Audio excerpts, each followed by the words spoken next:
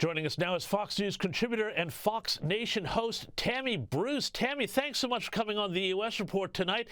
Now, I hate to do this, but I want to start on a little bit of a serious note tonight. If Donald Trump, and here's my question to you, if Donald Trump wins the election in 2 weeks' time, as the polls suggest is increasingly likely, what do you think? Will the Democrats accept the result? You know, first of all, not that there's anything to talk about out here. It's great to be back. Look, the answer to that hinges on a couple of situations. First of all, I do agree. I think Trump is going to win this. Now, the key is how big will the win be? And that will be significant. It would be very nice if he got the electoral vote and the popular vote, because, of course, here our system is not a direct democracy in the sense of a popular vote controlling the nature of the situation just because of how the population is distributed. So it would be nice if he got both. On a number of occasions, that has not happened, certainly in the last couple of elections. In the meantime, also, it matters when it comes to how the strength of the electoral vote is.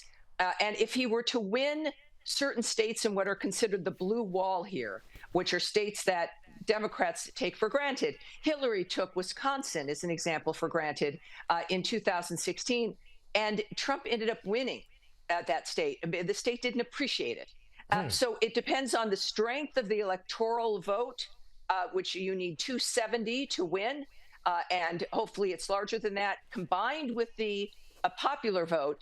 If that happens, if he has an unusually strong mandate, then I think that that's going to be very difficult for the Democrats and the left to cause shenanigans around the country and for the Democrats to complain. If it is really a thin margin, if it's a thin line, if let's say Kamala Harris wins the popular vote, Donald Trump wins the electoral vote, then I don't, the left and the Democrats, they've been saying some things in the last few days that are very concerning. Regarding Trump, a candidate they've already tried to assassinate twice, that he is, quote, increasingly unstable. And a few other things that make people concerned about how far the Democratic Party will go in not acknowledging the vote. So that will be harder for them to do if it's a strong win, and there'll be more chances for problems if the victory is razor thin. Yeah, and before we even get to the victory, of course, now we're in this sort of funny season of late season allegations, and we've seen lately allegations that Trump has groped women, all this sorts of things about disrespecting dead soldiers, things like that. But it all seems very coordinated, all of this.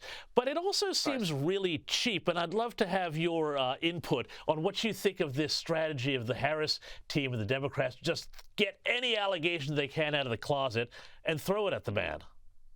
Well, cheap is a great word. That's an excellent way to describe it. We've seen this movie before.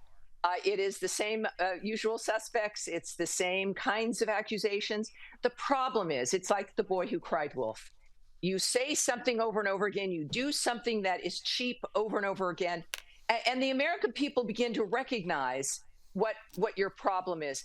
In this particular case, I think that first of all, the comments about the military have been completely debunked by people who were present at the time. All of those allegations are made either by one person with no witnesses or with witnesses who said that was not true. It's published, by the way, a couple of the allegations are published by The Atlantic, which is owned by Laurene Powell Jobs, Steve Jobs' widow, who is a very BFF, best friend forever, with Kamala Harris. She is a major donor to Kamala Harris. So while The Atlantic does not have a so-called fake news history, it seems that people are taking that into consideration. But I think that when it comes to, look, we know Donald Trump is imperfect. We've heard certain allegations. We understand what his problems have been in the past.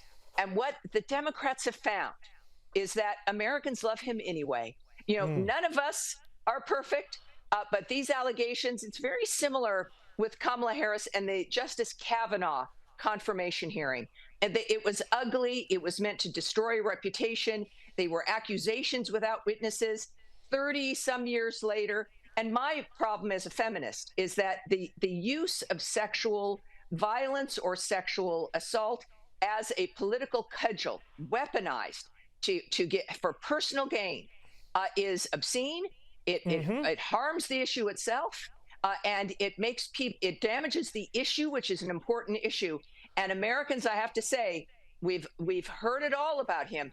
They've spent all of that currency, and Americans right now, they're and appropriately, smears and this kind of gossip doesn't put food on the table. It doesn't put gas in your car. It doesn't stop the government sending your children off to wars that did not have to happen. It doesn't support our friends in Israel. If you're concerned about Ukraine, it doesn't do any of that. And yet that's all they have. Trump, in the meantime, is ignoring it. He's moving forward on the issues, the nature of the economy. And Americans have gotten it finally right, that this is about the issues, and they want solutions. And that's why Trump is ahead. Yeah, and Tammy, I got to ask you, too, about some of this disastrous town hall that Kamala Harris held. Have a quick look at this here. My question is this. If you could accomplish only one major policy goal that required congressional action, what would it be and why?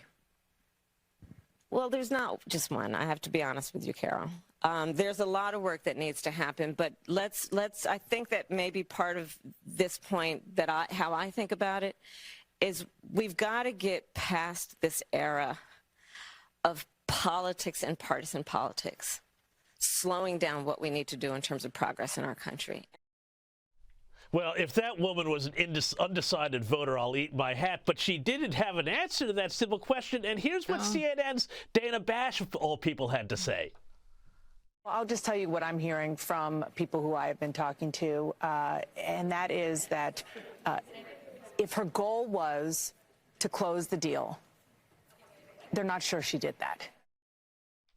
How are they missing these simple questions? I mean, they spent 3 days prepping for this town hall, and she still flubbed this stuff.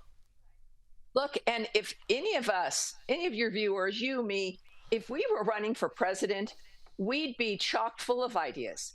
We would have everything lined up because it's not a forever job. And she's been the vice president for 4 years. She was a senator before that, a district attorney, an attorney general. And she doesn't know, she can't answer that question. Now, I believe that she has an answer to that question. And just like in 2020, never was brought up, well, they hated what Trump was doing at the border. They never brought up what they were going to do. It was an unsaid thing, but it seems to have been their main plan, which was on the first day to reverse all of Trump's border policies, causing many of the catastrophes in this nation to this day. And yet, not one word was issued, not one word was spoken about that agenda. So my warning to people is that this isn't just a woman who doesn't, I think that she has some issues cognitively to some degree, but I think that she's choosing to not reveal what they will be doing. And at least, I mean, I give her props to not wanting to lie outright to people, but it's what's not said right now that Americans are concerned about. And that's what they have to look for. So Americans don't like it. I think that's exactly right, Tammy, and I think people are catching on. Tammy Bruce, thank you so much for your time. My pleasure. Thank you.